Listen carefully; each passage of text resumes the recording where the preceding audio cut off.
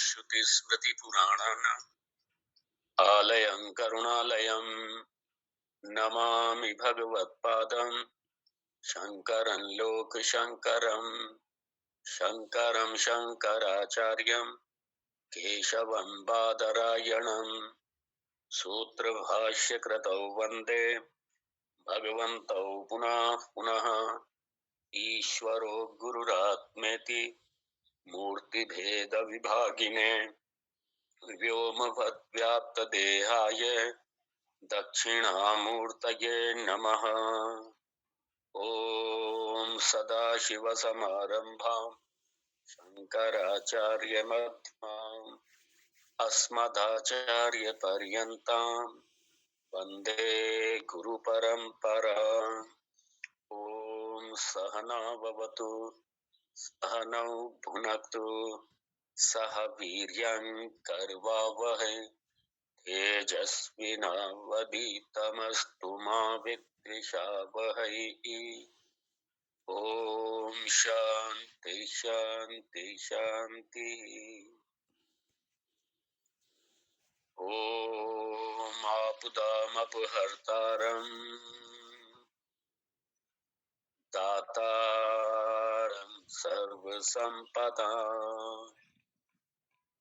लोकाभिरामं श्रीरामं भूयो भूयो नमाम्यहम्। रामाय रामभद्राय रामचन्द्राय मानसे रघुनाथाय नाथाय सीताय पतये नमः। नीलाम्बुजश्यामलकोमलाङ्गं सीतासमारोपित्वामभागं पाणौ महासायकचारुचापं नमामि रामं रघुवंशनाथं नमामि रामं रघुवंशनाथम्। ॐ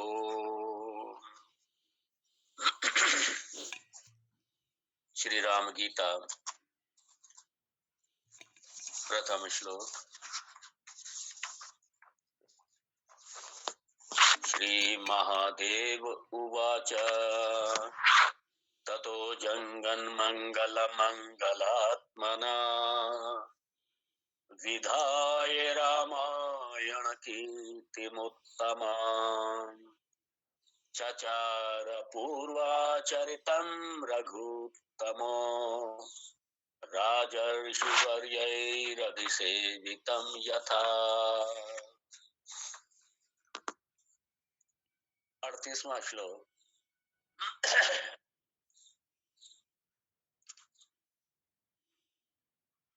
श्री रामचंद्र उवाच विकल्पमाया रहिते चिदात्मके अहंकार एषः प्रथमः प्रकल्पितः अध्यास एवात्मनि सर्वकारणे निरामये ब्रह्मणि केवले परे।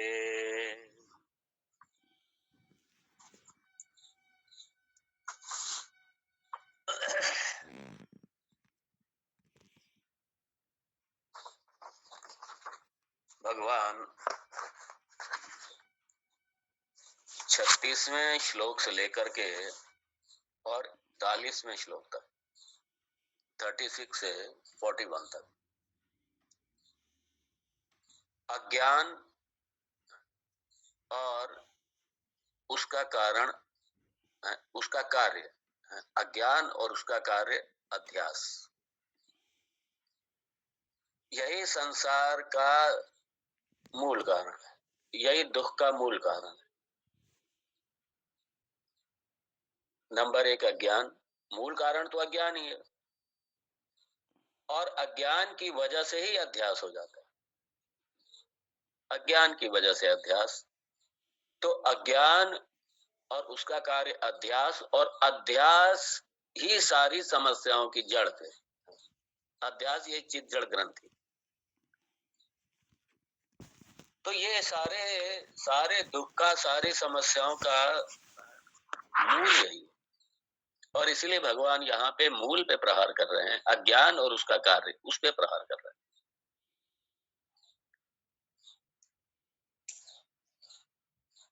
और जब अज्ञान की निवृत्ति होगी, अध्यास की निवृत्ति होगी, मतलब चित्त जड़ जब पृथक पृथक होंगे स्पष्टता से, और मैं सच्चित आनंद ब्रह्म हूं, ब्रह्म ही मैं हूं, मैं ही ब्रह्म हूं, जब इसका बोध होगा, और ये खूब अच्छी तरह समझ लेना, ये शास्त्र ही इसका प्रमाण है, शास्त्र ही बताएगा। इसलिए जो बिना शास्त्र के, जो अपने आप आंखें बंद करके और हम साक्षात कर लेंगे, कोई शास्त्र का कोई टीचिंग नहीं, कोई शास्त्र नहीं, कोई प्रमाण नहीं, उनके पास बैठ जाएंगे अपने आप,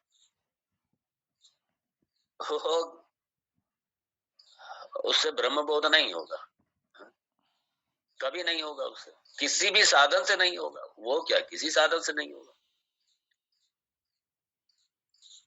जो साधन है उसी को अपनाना पड़ेगा। ब्रह्म हमारा साध्य है, और उसका साधन ब्रह्म का, ब्रह्म को पाने का साधन ब्रह्म तो मैं हूं ही, उसको पाना क्या है, मुक्त मैं हूं ही, पूर्ण मैं हूं ही, लेकिन मैं अपने आप को जानता नहीं, अपने स्वरूप को जानता नहीं, इसका मुझे अज्ञान है। और अज्ञान की निवृत्ति ज्ञान से होगी, और ज्ञान का साधन वेदांत है, दूसरा कोई प्रमाण नहीं है। बहुत अच्छी तरह समझ लीजिए इसको।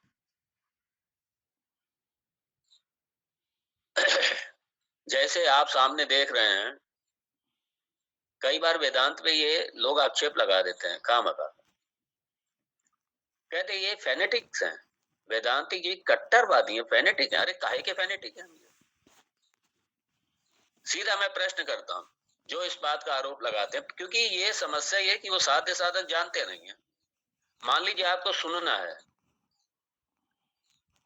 है तो मात्र आपके कान ही, श्रवण इंद्रिय ये प्रमाण है सुनने के लिए,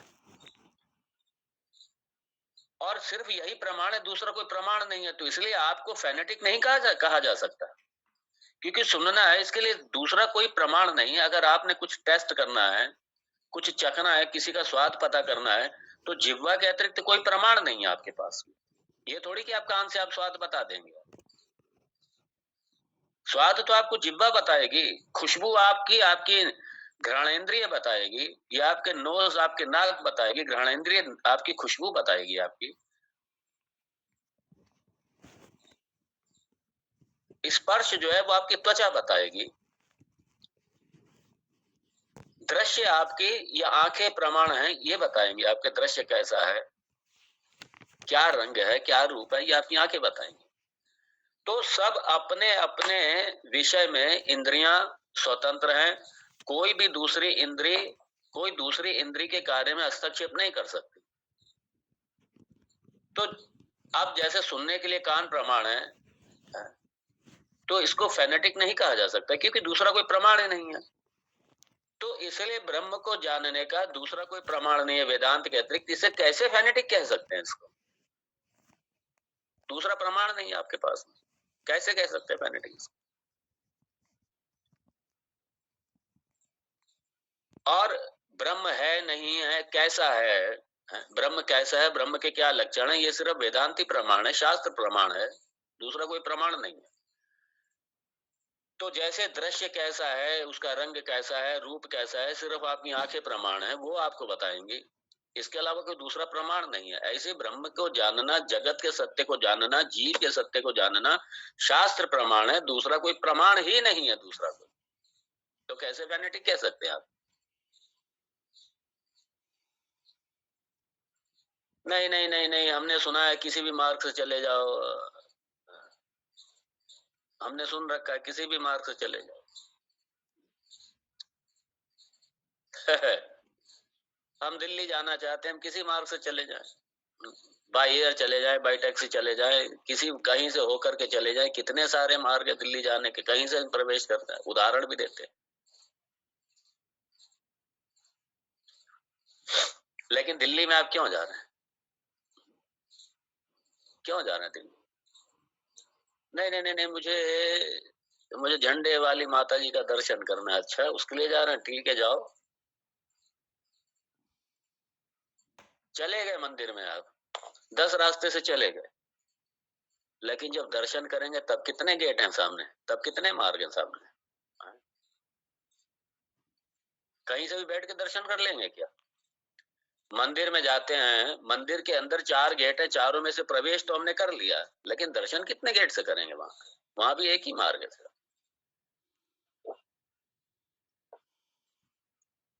इसलिए यह स्पष्टता अपनी, क्योंकि आप तो खैर कई साल से वेदांत श्रवण कर रहे हैं, इसलिए आपके साथ समस्या नहीं है। लेकिन जो बाई चांस कोई नए जुड़े हों, कोई नए श्रवण कर रहे हैं, उन्होंने सुन रखा है इधर उधर से, किसी मार्ग से चले जाओ, तो इसीलिए उनको दृष्टांत दिया इंद्रियों का। तो वेदांत नामक केवल प्रमाण, वेदांत ही प्रमाण है, दूसरा कोई प्रमाण नहीं है। और इसीलिए तो हम लोग शास्त्र, हम ब्रह्म को समझने का शास्त्र के माध्यम से ही तो हम ब्रह्म समझ रहे हैं, दूसरा कोई प्रमाण नहीं हमारे पास। तो इसलिए कहा विकल्प माया रहिते। अब ये कौन बता रहा है? शास्त्र तो बता रहा है, अपने को कैसे पता चलेगा? तो शास्त्र ये स्वतंत्र प्रमाण है, और यहाँ का विकल्प माया रहिते चिदात्मके। ये अहंकार की उत्पत्ति कैसे हुई है? कैसे अहंकार आ गया? तो जो ब्रह्म है, जो आत्मा ब्रह्म विकल्प माया रहित है, माया का स्पर्श भी नहीं, वहां कोई विकल्प भी नहीं है, माया का कोई स्पर्श भी नहीं है। और वो कैसा है? चित आत्मा के, जो चैतन्य रूप से है, चैतन्य रूप से, जो आत्म तत्व रूप से है, चैतन्य रूप से है। तो इसमें सबसे पहले क्या होता है? ये जो, ये क्या होता है यहाँ पे? चिदात्मके अहंकार एषः, एषः अहंकार, ये जो अहंकार है, प्रथमः, ये सर्वप्रथम प्रकल्पितः, ये अहंकार ही सर्वप्रथम इसी की कल्पना होती है, इस अहंकार की, इस अध्यास की। यहाँ पे अहंकार को अध्यास भी समझ लीजिए। तो इस अहंकार की कल्पना होती है। और अहंकार कैसे हुआ? कि जब सच्चिदानंद चैतन्य तत्व की, आत्म तत्व की, बिंब की जब प्रतिबिंब पड़ा, बुद्धि पे प्रतिबिंब पड़ा, अंतःकरण का जो बुद्धि है उसमें जैसे ही इसका प्रतिबिंब पड़ा, और बुद्धि में ये मैंपना आया, जड़ बुद्धि, उसमें मैंपना आ गया, चेतन हो। तो वो चेतनवत हो गई। जब वो चेतनवत हुई तो फिर क्या हुआ? बस मैं हूं, ये अहंकार उत्पन्न हो गया, मैं हूं। तो मैं हूं तो ब्रह्म तत्व ही, मैं सच्चिद आत्मा हूं, ये मेरा स्वरूप है।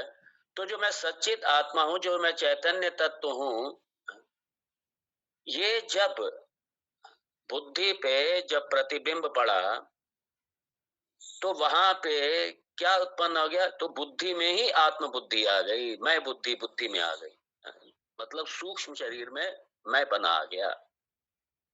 तो जब सूक्ष्म शरीर में मैं पना आ गया तो मैं हूं। अब मैं हूं सच्चिदानंद, लेकिन मैंने क्या किया?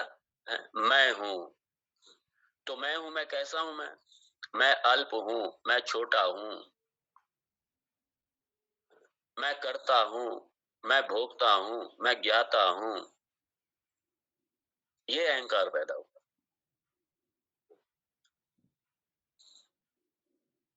फिर उसके बाद देखिए अहम और कार यही फर्क है। अगर अहम अहम रूप से सिर्फ अहम रूप से मैं सच्चिदानंद आत्मा हूं, यदि वो वहां पर अहम मेरा रहता है, जो मेरा स्वरूप